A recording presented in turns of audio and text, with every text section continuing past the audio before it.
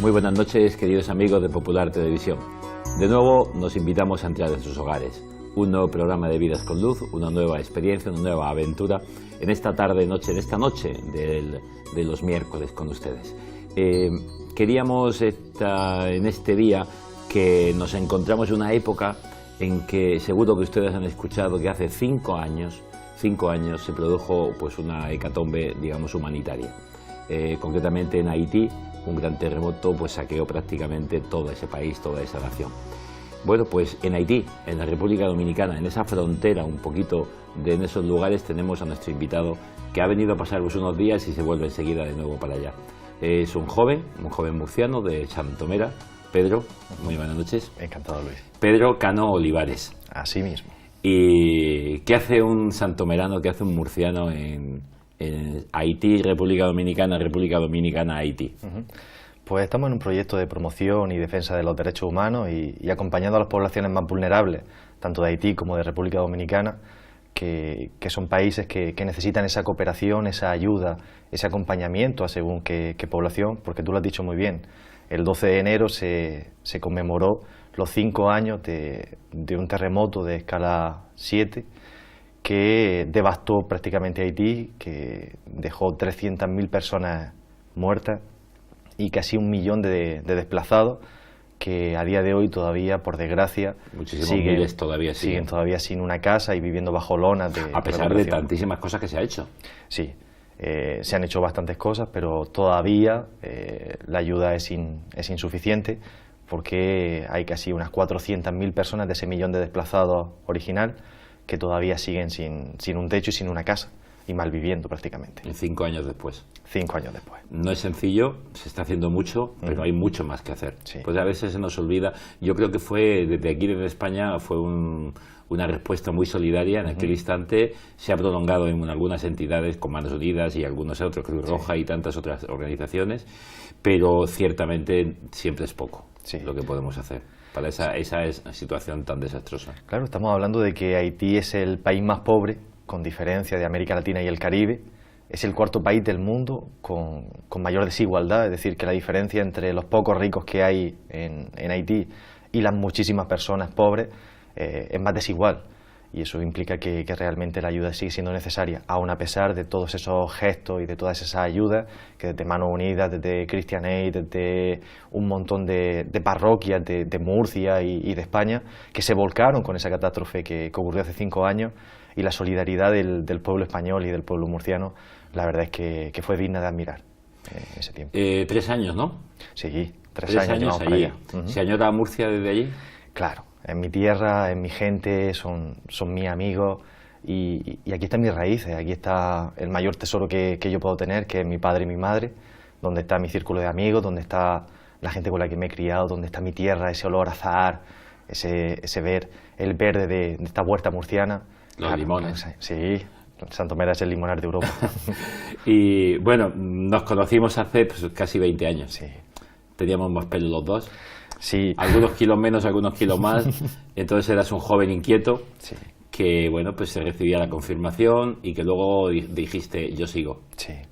Yo siempre en eso, además siempre lo he dicho, es decir, para mí el coger y ser una persona de parroquia, yo creo que es lo que te hace y te impulsa el dar ese paso de trascender fronteras, de salir al encuentro de otros hermanos que en un momento dado... es católica y yo soy iglesia, pues no puedo quedarme. Claro, y es universal, es decir, es aquí, es allá, y en ese sentido yo creo que sí, hace casi 20 años que empezamos... Vemos ahí la foto con don Javier Azara, que acabamos de despedirlo para encontrarnos con él de nuevo en el cielo, que recibiste la fuerza del Espíritu Santo, y el Espíritu, como le dejes, no te para, no te deja parado. El lema de ese año de confirmación fue impulsados por el Espíritu. Ese impulso del Espíritu trascendió después con los grupos de jóvenes, con ese periódico parroquial, con la colaboración en la Asociación de la Caridad de Santomera, con pequeñas campañas y el Mercadillo Solidario de Manos Unidas, y luego pues también esa fuerza es la que te impulsa en un momento dado a dar ese paso y hacer 7.000 y pico de kilómetros de distancia que hay entre mi Santomera natal y República Dominicana, la frontera entre la República Dominicana y Haití, pues para colaborar, aportar lo mucho o lo poco que llevas dentro en esa construcción de un mundo mejor, en esa construcción de esos transformadores sociales, que es una labor a la que estamos llamados todos los cristianos. Claro, a hacer de este mundo un cielo. No, sí. Aunque no podremos terminarlo porque nuestra tarea siempre será para conducirnos a Dios. Pero desde esa fuerza, impulsado por el Espíritu, tú ya te fuiste preparando, porque el Señor te iba preparando y te fue preparando en la misión pequeñita y cortita de años en Santomera. ¿Tuviste de 8 años, 10 como catequista? 10 años de catequista en la parroquia. ¿Y qué recuerdas de aquella época de los jóvenes? Porque era con jóvenes, sí. Te dedicaste no a los más pequeños sino a los jóvenes, con la confirmación. Sí, catequesis de confirmación. Yo recuerdo también pura vida, en el sentido de que el coger y poder darle tu experiencia, tu testimonio, como joven también, porque en aquel entonces yo empecé con 18 años a ser catequista de confirmación, con jóvenes que tenían 13, 14 años. Y era otra experiencia, porque los jóvenes te siguen dando vida, te siguen manteniendo con esa inquietud. Para mí fue de lo más gratificante. Y luego también fue un acercamiento a Dios y una profundización en mi fe y asentamiento de la fe. Porque esto es como cuando uno es profesor o cuando te pone a dar clases. Gran parte de lo que tú quieres enseñar se reafirma y se hace mucho más sólido cuando lo transmites a otros, cuando enseñas a otros. Y yo creo que eso fue la gran experiencia de esos 10 años. El ver a jóvenes y el tener esa confianza que se crea entre un catequista y los catecúmenos para coger y que ellos te den vida, te acerquen a Dios y hagan que se asiente mucho más esa fe, esa espiritualidad que tú vives y sientes, y que aunque la tengas individualmente solamente se profundiza y se llena de sentido y de vida cuando la vives en comunidad. Claro. Y ser catequista, yo creo que eso los jóvenes te lo dan. Y si ellos te ponían también dudas y te hacen plantearte las respuestas y tus propias dudas, ¿no? Claro, y muchas veces teníamos que ir al párroco y Luis o Paco o Jerónimo, oye, ¿y esto que nos preguntan los jóvenes? Porque ellos también lo que te hacen es que muchas veces te quitan de tus seguridades y te hacen que sigas indagando, que sigas profundizando, porque quieres hacerlo bien, quieres hacer un buen servicio en el sentido de educarlo en la fe. No estás entreteniendo. No, claro. Pero al mismo tiempo esa formación no la puedes, no va desconectada de tu propia formación. Claro. Por eso estabas vinculado a grupos, ¿no? Sí, fue 4 años estuvimos en la pastoral juvenil con don Javier Azagra, que nos llamaba mucho y nos daba mucho ánimo, en la cual pues, organizábamos ese encuentro multitudinario que se daba en la Fuensanta, donde incluso se llegaron a congregar hasta 5 y 6 mil jóvenes. También estuvimos en la Escuela de Formación Cristiana, donde seguíamos asentándonos las bases de fe y luego profundizando, porque los jóvenes, aunque nos confirmemos en ese periodo de 4 años, pues tienes una aproximación y es una fe que tú sientes y que vives por dentro y que vas cultivando, pero necesita ir educándola y necesita ir asentándola y también un poco el coger y saber más, porque nunca uno se puede considerar vaso lleno, sino que tiene que siempre coger en un momento dado e intentar aprender de otros que saben mucho más. En eso, gracias a Dios, tuve muy buenos formadores y también tuve muy buenas experiencias en esos tiempos. ¿Y con esos sigues teniendo el contacto de vez en cuando vía internet, vía teléfono, de algún modo, con aquella gente con la que compartías experiencias de adulto, de joven adulto que se forma y que trabaja? Tanto con Manolo Matriaín, que fue delegado diocesano, e incluso con el grupo de jóvenes que en la parroquia, pues un grupo de catequistas, los viernes por la noche, muchas veces, en vez de irnos de botellón, pues lo que hacían otros jóvenes, lo que nosotros lo hacíamos es que íbamos a diferentes parroquias, hacíamos vigilias de oración. Era como nuestra salida y como nuestra forma de expresar la fe como jóvenes y dar también otro sentido, es decir, que no solamente ser joven es pues, salir de fiesta, beber, ir a una discoteca a bailar, sino que también, es decir, se puede ser joven, vivir la fe y sentirte bien y sentirte a gusto y divertirte, profundizando en la fe con otra gente que lo siente y lo vive exactamente igual que tú. Yo sigo teniendo muy buen contacto con ellos, y no todo el que me gustaría, por desgracia, porque 7.000 kilómetros en distancia se nota bastante, pero con ellos sigue habiendo ahí una huella imborrable, porque son amigos de esos que no olvidas, de esos que se cuentan con los dedos de una mano y a veces sobran dedos, y que son amigos de verdad, son amigos en la fe, amigos en lo personal, y yo creo que amigos por siempre. Y mientras tanto tú estabas estudiando, sí. Porque no te quedaste decir, bueno, me quedo de catequista y a vivir del cuento de mis padres. No. Le hiciste gastar a tus padres mientras estudiabas. Sí. ¿Qué hiciste de estudios? Yo estudié la licenciatura en Derecho y luego también hice 2 años de magisterio de lengua extranjera, francés, y después hice un posgrado en la Universidad de Alicante, estuve en la Universidad de Alicante y hice un posgrado en la Universidad de Valencia en servicios de atención jurídica a migrantes. Yo creo que eso fue un poco lo que yo estuve estudiando. Y te encaminó, o sea, Sí, como Dios te iba, claro. derecho hacia servicio jurídico, inmigrantes, y ahora yo a emigrar. Sí, y eso yo creo que fue, y sobre todo con mucho esfuerzo, es decir, mis padres son trabajadores, son gente humilde, y bueno, pues ellos fueron aportando su granico de arena para que su hijo pudiera tener estudios superiores. Y bueno, yo supongo que en esta trayectoria que me ha ido conduciendo todo el proceso, creo que se deben de sentir o se sienten bastante orgullosos de mí. ¿Y cuando hace 3 años les dices que te vas a 7.000 kilómetros, a su hijo del alma? Pues imagínate, es decir, siendo hijo único, pues en un momento dado se vive también como un drama. Es decir, cuando tú les dices a tus padres que vas a emigrar y que te vas a ir 7.100 kilómetros a un país que si no te saben situar en un mapa, pues se hace complicado. Mi padre, pues como varón, tiene más entereza, aunque la procesión iba por dentro, pero es verdad que para mi madre en un momento dado fue un poco como dramático, porque claro, por un lado es lo que tu hijo quiere, siente y va a hacer, pero por otro lado siempre la ilusión de los padres es tenerte siempre cerca. Y en ese sentido, pues bueno, mi madre al principio un poco duro, pero luego en ese sentido sí que lo vive con ilusión, con esperanza y muy sobre orgullosa. todo cuando los padres como lo que quieren es que el hijo encontrarlo feliz, Sí. encontrarlo contento, y te ven feliz, te ven contento, te ven Claro. que lo que desarrollas te hace ser mejor persona, y pues están tan contentos también. Sí, porque claro, al principio es desconocido, tanto para el que sale como para la familia o el entorno más cercano, que coge en un momento dado y lo vive con esa inquietud de ¿y dónde irá? ¿Estará bien? Lees las noticias y por desgracia en las noticias muchas veces nada es que sale lo más Lo trágico. negativo, claro. Es decir, a poco de haber sucedido el terremoto, con epidemia de cólera en la frontera dominico-haitiana y arrasando en Haití, pues claro, ellos se sentían como bastante inquietos. Después, bueno, yo creo que las nuevas comunicaciones y las nuevas tecnologías, el tema de internet, el Skype, te hacen en un momento dado que te sientas más cercano. Y cuando yo, al principio teníamos la tradición de los domingos, que era siempre pues esa comida en familia, el coger y ponía el Skype y tú comías, claro, y ellos comían acá en Santomera y yo comía allá en República Dominicana. Sí, desayunando, pues hay 5 o 6 horas de distancia, pero te sientes como más cercano y parece que no te ha ido. Y cuando ellos te ven bien, ellos se sienten bien porque se sienten realizados. ¿Dónde estás ahí?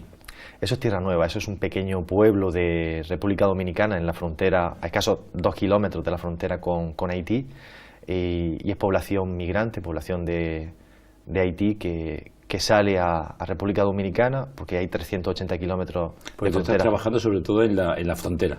A ambos lados, es decir, tanto desde Dajabón hasta Pedernales, que es la parte dominicana, como desde Ansapit hasta Guanamén, que es la parte haitiana, sobre todo en un tema de promoción y defensa de los derechos humanos, todo lo que tiene que ver con el control de los flujos migratorios y en la denuncia y defensa de los derechos de las personas y sobre todo la denuncia de las violaciones de derechos humanos que se les producen a las personas. ¿Estás trabajando a nivel jurídico o sí, a todo tipo de...? Como asesor legal, aunque bueno, pues también sigo vinculado a la parroquia, pues porque lo que uno es, lo que ha vivido desde siempre, pues también lo hace. Pero en ese sentido estamos como asesor legal. ¿Cómo vas tú allí? ¿Con quién vas? ¿Quién te lleva? ¿Cómo te enteras para ir para allá? ¿Y por qué sigues allí? Pues yo siempre tuve el gusanillo de esa misión, de esa salir, de ese cooperar y acompañar en otros sitios, en otros países, a las personas que lo pudieran necesitar en un momento dado. Esa inquietud, pues a través de unos compañeros que habían hecho esa labor, habían trascendido fronteras, pues me lo fueron diciendo y me puse en contacto con Ocasa, que es una organización, es decir, de Cristianos con el Sur, y a partir de ahí, estuvimos en un proceso de formación donde te postulas como candidato, se hace un proceso de selección donde quedan unos pocos, muchos son los llamados, pero pocos los escogidos, y en un momento dado eso fue lo que me dio la oportunidad, después de un año entero de formación y de proceso de selección, el poder coger y salir a la República Dominicana, a un proyecto que bueno, pues los proyectos no son yo quiero ir a tal sitio, sino que según los proyectos que entran ese año, pues sale a misión. ¿Y fuiste enviado por 3 años? ¿O? Sí, 3 años. Es decir, era un periodo de 3 años, los periodos suelen ser de 3 años, prorrogables, y cumplí los 3 primeros. Y bueno, y ahora se abre una segunda etapa en la cual volvemos otra vez a la frontera dominico-haitiana y esperemos que podamos seguir colaborando y acompañando a todas esas personas que lo necesitan a ambos lados de la frontera. ¿Y tienes una tarea también en la parroquia de servicio o solamente la vives en la parroquia a nivel de formación personal y de liturgia propia? Sí. Como... Las personas que somos de parroquia, cuando salimos, es decir, nuestro círculo de seguridad, la Iglesia Católica, al ser universal, tiene una cosa y es que es un sentimiento de familia, de hospitalidad, de acogida. Y entonces cuando sale, siempre encuentra en un momento dado y acude a la parroquia, porque la parroquia es tu familia, es decir, para sentirte cálido entre hermanos. Y yo acudí a la parroquia pues, como católico todos los domingos a celebrar la misa y acudí a mi parroquia más cercana. A partir de ahí, pues te haces amigo del sacerdote, pues le dices que está a 7.000 kilómetros de distancia. Y ellos pues un poco te acogen, es decir, y se hace un círculo. La parroquia siempre es un círculo también de amistades. Y bueno, colaboro con la parroquia. Aquí hay una imagen en la cual en esa colaboración lo que acompaño es a la pastoral haitiana, en un proceso de catequesis a personas adultas y un poco a la población de Haití que habla creol, pues aproximarles desde una perspectiva diferente, también como extranjero, como migrante, aproximarles la figura de Jesús. De ellos, ¿no? Lo aprendo todo. Están enseñando... Es decir, yo tengo claro que tanto cuando estaba en la parroquia a mí me preguntaban, bueno, ¿y qué tú das a los jóvenes? Digo, yo no sé qué les aporto a los jóvenes, habría que hacerles la pregunta a ellos. Yo solo sé que en esos 10 años como catequista a mí me dieron pura vida.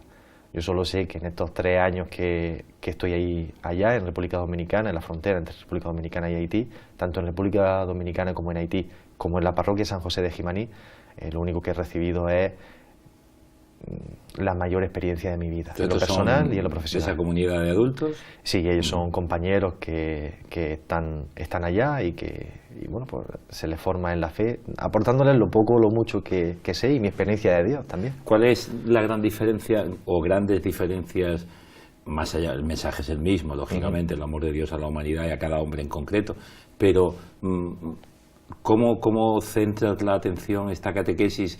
¿Cuál es la gran diferencia que notas desde Murcia, Santomera, este occidente nuestro y Haití, República Dominicana? Pues sobre todo yo lo que veo es alegre en la esperanza, si tuviera que definirlo en 2 palabras. República Dominicana es un pueblo totalmente católico, con una fe muy fuerte. Y en la zona de la frontera dominicana, República Dominicana tiene un índice de pobreza del 35%, pero sin embargo en la frontera, en esos 380 kilómetros, en esa provincia, el índice se duplica y a veces hasta se triplica, llegando hasta el 84% de pobreza con un 43% de extrema pobreza, según los estándares internacionales. La gente no tiene nada, a veces ni siquiera casi el plato de comida, pero la fe no les falta. Y la esperanza tampoco, y ese salir y luchar por tener una vida mejor, por seguir, eso ellos te lo dan y con una sonrisa de oreja a oreja y con una confianza en Dios que tú cuando estás dándoles catequesis y bueno, pues le hablas de Jesús, de la palabra, ellos te hacen que esa palabra sea vida. Es decir, y cuando vienes aquí dices, ¿y por qué estáis tan tristes? Sí. ¿Y por qué tan desesperanzados? ¿Y por qué? Sí, es diferente. Es decir, te das cuenta que allá, es decir, la gente que no tiene nada vive en esa alegría y en esa esperanza. Y aquí, es decir, teniendo a veces todo... Perdemos una cosita y es como la China que nos hace ya no... Claro. Yo creo que esa es la gran diferencia. Yo creo que la aproximación a Dios es desde un Dios muy humano, muy cercano. Yo creo que esa es la gran diferencia. Es decir, aunque... cuando tú estás acercándole a Dios, es decir, hay un misticismo muy, muy especial. Allí hay muchas personas, es decir, la población haitiana, muchas de esas personas, es decir, ahí se estila la unión libre, no hay un casamiento por la iglesia. Y entonces a la hora de acercarse a la comunión, ellos lo ven con un misticismo y con una fe que ya nos gustaría muchas veces acá. Y entonces se conjuga eso, se conjuga la cercanía, el misticismo, el misterio y lo viven de una manera muy especial. Yo creo que esa es la parte que en República Dominicana y en Haití En Haití la población católica es más pequeña porque en Haití se estila mucho todo lo que tiene que ver con el vudú. Eso te iba a preguntar, que hay mucha religión, digamos, mítica y mucha mezcla de magia, supersticiones. Siempre se ha hablado, ¿no?, que en Haití hay mucha mezcla de... Sí, en Haití... ¿Y caldo de cultivo de sectas? Sí, también, pero fundamentalmente lo que se crean es como un grupo. Es decir, el vudú siempre hay un brujo que la gente acude a él y bueno, pues hace hoy una serie de rituales, de misterios, de magia, que la gente cree fielmente en ello. Sin embargo, en República Dominicana no. No, en República Dominicana... Y la frontera no existe, es decir, prácticamente unos kilómetros aquí o allá y cambia todo. Sí, la frontera son 380 kilómetros realmente porosos, porque es muy fácil el tránsito.